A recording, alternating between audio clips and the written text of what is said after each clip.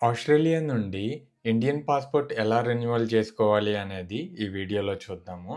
మనకి కొంతమంది first documents fill చేసి తర్వాత స్లాట్ అనేది బుక్ చేసుకుంటారు. ఇంకొంతమంది స్లాట్ బుక్ చేసుకొని తర్వాత డాక్యుమెంట్స్ ఫిల్ చేస్తారు. ఎలా చేసుకున్నా పర్వాలా. మనమైతే ఫస్ట్ డిస్కస్ చేసుకుందాం. ఎలా బుక్ చేయాలి స్లాట్ అనేది. ఆ తర్వాత మనం ఏ డాక్యుమెంట్స్ అవసరం, ఎలా ఫిల్ చేయాలి అనేది చూద్దాం. ఫస్ట్ ఆఫ్ ఆల్ మనం ఈ పేజ్‌లో అయితే మనం ల్యాండ్ అవ్వాలి. నేను ఈ లింక్ అనేది మీకు డిస్క్రిప్షన్‌లో ఇస్తా. మీరు కూడా ఆ లింక్ క్లిక్ చేస్తే ఈ పేజ్‌కైతే వస్తారు. ఈ పేజ్‌లో మనకి 2 ఆప్షన్స్ ఉంటాయి. మనం వెదర్ అపాయింట్‌మెంట్ ద్వారా ఎళ్తామా? లేదంటే పోస్ట్ ద్వారా ఎళ్తామా అని. మనం మెయిన్‌గా చాలామంది అపాయింట్‌మెంట్ ద్వారానే ఎళ్తారు గాబట్టి, ఈవెన్ నేను అలాగే ఎళ్ళాను గాబట్టి మీకు అదే విధంగా జెప్తాను. ఫస్ట్ వన్ వచ్చేసేసి పాస్‌పోర్ట్ అప్లికేషన్. మనం ఏదైతే పాస్‌పోర్ట్ సర్వీసెస్ పేజ్‌కెళ్ళి మనం ఏదైతే అప్లికేషన్ ఫిల్ చేస్తామో అది ఇక్కడ చేయాలి. సెకండ్ వన్ వచ్చేసి మనకి ఏ ఏ డాక్యుమెంట్స్ కావాలో ఆ చెక్ లిస్ట్ అనేది మనకి ఇక్కడుంటుంది. థర్డ్ వన్ వచ్చేసి మనం స్లాట్ బుక్ చేసుకోవడానికి. సో, ఇక్కడ జరిగిన కొత్త చేంజ్ ఏంటంటే, మనం సర్వీస్ ఫీజ్ అనేది పే చేయాలి. అంతకు ముందులున్నట్లు మనం డైరెక్ట్‌గా మనం ఏం సర్వీస్ తీసుకుంటున్నామో దానికే కాకుండా, ఇక్కడ మనం ఈ స్లాట్ బుక్ చేసుకుంటున్నందుకు కొంత మనీ అయితే పే చేయాలి. నేనైతే అరౌండ్ $120 అయితే పే చేశాను. ఆహ్, పాస్‌పోర్ట్ రెన్యువల్‌కి. ఇది చేంజ్ అవ్వచ్చు ఫ్యూచర్‌లో. బట్ మీకు బుక్ చేసుకునే టైంకైతే చూసుకోవచ్చు. అంటే ఈ సర్వీస్ ఫీజ్ వేరు. మీకు అక్కడ ఈ పాస్‌పోర్ట్ రెన్యువల్‌కి చార్జ్ చేసే అమౌంట్ గూడా వేరు. ఓకే. అది అర్థం జేసుకోండి. ఇప్పుడు ఫస్టు మనం ఈ పేజ్ ఓపెన్ చేసుకొని బుక్ చేసుకుందాం. సో, ఇక్కడ బుక్ నౌ అని కొట్టినప్పుడు లాగిన్ పేజ్ అనేది ఓపెన్ అవుద్ది. సో, మనం ఇక్కడ సైన్ ఇన్ అనేది చేసుకోవచ్చు. అకౌంట్ ఉంటే లాగిన్ చేయండి. లేకపోతే సైన్ అప్ చేసుకోండి కొత్త అకౌంట్‌తో, కొత్త ఈమెయిల్ ఐడీతో. సో, అయితే ఇక్కడ నాకు ఆల్రెడీ నేను సబ్మిట్ చేసిన అప్లికేషన్ ఉంది గాబట్టి, నాకిలా చూపిస్తుంది. మేనేజ్ అపాయింట్‌మెంట్ అని మీరు మీ డేటు, టైము అనేది చేంజ్ జేసుకోవచ్చు ఇక్కడ. సో, అలాగే ఇన్ కేస్ న్యూ బుకింగ్ అయితే స్టార్ట్ న్యూ బుకింగ్ అని కొట్టి, ఇక్కడ మీ లొకేషన్ ఏదైతే అది కొట్టండి. నేనైతే క్యాన్బెరా అని కొట్టాను. ఆ తర్వాత ఇక్కడ పాస్‌పోర్ట్ సర్వీసెస్‌లోకెళ్ళాలి. అండ్ నెక్స్ట్ ఆప్షన్ వచ్చేసి సబ్ కేటగరీలో మనకి ఓన్లీ ఒక ఆప్షనే ఉంటది అది. సో, ఇక్కడేంటంటే మనకి ఎర్లియెస్ట్ ఏ టైంకి ఉంది అనేది చూపిస్తుంది స్లాట్. నెక్స్ట్ ఇక్కడికెళ్ళాక మనం కొన్ని డీటెయిల్స్ అయితే ఫిల్ చేస్తాము. కొన్ని డీటెయిల్స్ ఫిల్ చేశాక యువర్ డీటెయిల్స్ సమ్మరీ అనేదొస్తుంది. ఇక్కడ మీకు క్లియర్‌గా అయితే మెన్షన్ చేస్తున్నారు. ఎంత మీరు పే చేయాలి. అంటే స జస్టు ఇది బుక్ చేసుకోవడానికి సర్వీస్ ఫీజ్ లాగా. అంటే మనం ఇన్ కేస్ డీటెయిల్స్ అంతా ఓకే అయితే నెక్స్ట్ కొడతాము. మనకి బుక్ అపాయింట్‌మెంట్ అంటది. కంటిన్యూ. ఓకే. కంటిన్యూ అయ్యాక మనకి మనం ఫిల్ చేసిన అన్ని డీటెయిల్స్ అనేవి ఇక్కడ చూపిస్తాయి. ఫైనల్‌గా రివ్యూ చేసుకోవాలి. రివ్యూ చేసుకొని మనకిక్కడ టోటల్ అమౌంట్ చూపిస్తుంది గదా! ఆ అమౌంట్ అయితే మనం పే చేస్తాం. అంటే మనం ఈ బుక్ చేసుకుంటున్న దానికి మట్టుకే సర్వీస్ ఫీజ్ పే చేస్తున్నాం. రిమైనింగ్ అమౌంట్ అనేది మనకి అరౌండ్ $180 ఎంతో తీసుకున్నారు. సో, అది మనం అక్కడ పే చేసుకోవాలి మిగిలిన అమౌంట్. అది పాస్‌పోర్ట్ రెన్యువల్‌కి ఇది సర్వీస్ ఫీజ్ అన్నమాట. ఇప్పుడేంటంటే మనకి స్టెప్ 3 అనేది అయిపోయింది. కొంతమంది స్టెప్ 1, స్టెప్ 2, స్టెప్ 3 వస్తారు. అలాగొచ్చినా పర్వాలా. బట్ నేను ఫస్ట్ అయితే మీకు స్టెప్ 3 అయితే ఎలా చేయాలో నేర్పించా కదా! సో, ఫస్ట్ నెక్స్ట్ స్టెప్ 1కెళ్ళిపోతే మనకి ఇలా ఎంబసీ పేజ్ అయితే ఓపెన్ అవుతుంది. ఇక్కడ మీకు యూజర్ ఐడీ మీకు ఆల్రెడీ ఈ డీటెయిల్స్ ఉంటే ఆ డీటెయిల్స్‌తో లాగిన్ అవ్వండి. లేదంటే కొత్తగా డీటెయిల్స్ క్రియేట్ చేసుకోండి. మీకు ఇన్ కేస్ పాస్వర్డ్‌తో ప్రాబ్లమ్ ఉందనుకుంటే జస్ట్ ఓటీపీ అనేది సెలెక్ట్ చేసుకొని మీ ఈమెయిల్‌కి ఓటీపీ వస్తది. అలాగైనా లాగిన్ అవ్వచ్చు. వన్స్ మీరు లాగిన్ అయ్యాక మీకు ఈ పేజ్ అయితే చూపిస్తుంది. లేకపోతే మీరు సర్వీసెస్ పేజ్‌లో అయినా ల్యాండ్ అవ్వచ్చు. లేదంటే మై అప్లికేషన్ పేజ్‌లో అయినా ఉండొచ్చు. సో, మనకి అప్లికేషన్ పేజ్‌లో ఉంటే మీకు ప్రీవియస్ రికార్డ్స్ అన్నీ చూపిస్తాయి ఇలా. సో, నెక్స్ట్ మనం సర్వీసెస్‌లోకైతే ఎళ్ళాలి. సర్వీసెస్‌లోకెళ్ళాక ఇక్కడ మనకి fresh passport or reissue of passport కొత్తగా కావాలన్నా రెన్యువల్ చేసుకోవాలన్నా ఇదే. మీరు ఆల్రెడీ అప్లై చేసుంటే ఇక్కడ మీ డీటెయిల్స్ ఇచ్చైతే చెక్ చేసుకోవాలి. ఇప్పుడు మనం కొత్తగా అప్లై చేస్తున్నాం కాబట్టి స్కిప్ ఫర్ నౌ అని కొట్టేస్తాం. నెక్స్ట్ ఆహ్, ఏంటి మనం రీఇష్యూ ఆఫ్ పాస్‌పోర్ట్ అది మనకు కావాల్సిన ఆప్షన్ చూజ్ చేసుకోవాలనమాట. మనకి ఇప్పుడు వితిన్ 3 ఇయర్స్‌లో మనకి ఎక్స్‌పైర్ అయిపోతుందనుకుంటే ఇలా చూజ్ చేసుకోవడం. బట్ టైప్ ఆఫ్ అప్లికేషన్ వచ్చి నార్మల్ తత్కాల్. తత్కాల్‌కి ఎక్కువ పే చేయాలని చూపిస్తుంది. బట్ నేనెప్పుడైతే అక్కడ ఆఫీస్‌లో మాట్లాడానో, అక్కడ నార్మల్ తత్కాలు అని అలా ఏమీ లేదు అని జెప్పైతే చెప్పారు మనకి. అండ్ ఇది మీ విష్ అనమాట.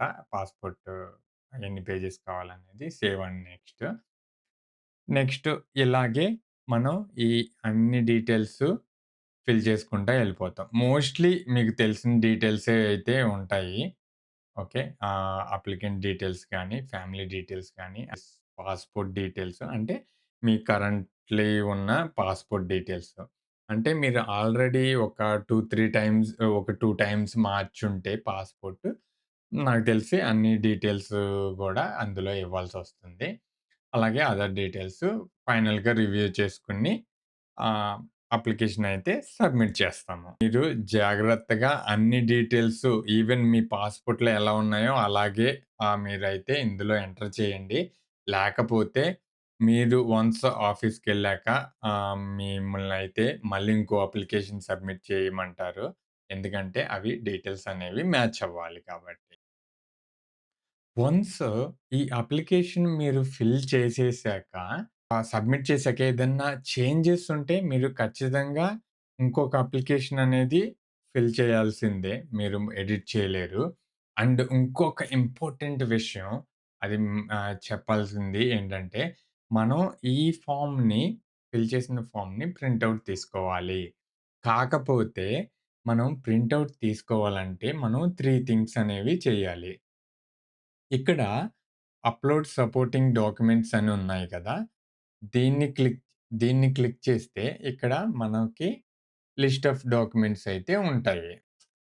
సో, వీటిల్లో ఏదైనా మీకు కావాల్సినయి అయితే చూసి సెలెక్ట్ చేసుకొని సబ్మిట్ చేయండి. బట్ ఇక్కడ మీకిచ్చాడు గదా! File support PDF size 1 MB. So, ఇలాగే ఉండాలి. ఓకే. సో, నెక్స్ట్ వన్ వచ్చేసి ఇక్కడ నెక్స్ట్ వన్ ఇక్కడొచ్చేసి, ఇక్కడ మనకి మన పాస్‌పోర్ట్ మీద ఏం ఫోటో కావాలి అనేది ఆ ఫోటో సబ్మిట్ చేయాలి.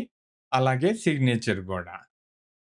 ఫోటో సబ్మిట్ చేసే లెక్కయితే నాకు సిగ్నేచర్ సబ్మిట్ చేసేటప్పుడు మనల్ని ఏమీ అయితే అడగలేదు. సో, నేనైతే సిగ్నేచర్‌దే అప్‌లోడ్ చేసేసా. నెక్స్టు మనం మీ ఫోటో అప్‌లోడ్ చేయడానికి అది ఖచ్చితంగా ఈ సైజులోనే ఉండాలి. ఓకే. ఆ సైజులో లేకపోతే మోస్ట్‌లీ మనకు ఆ సైజులో అయితే ఫోటో ఉండదు.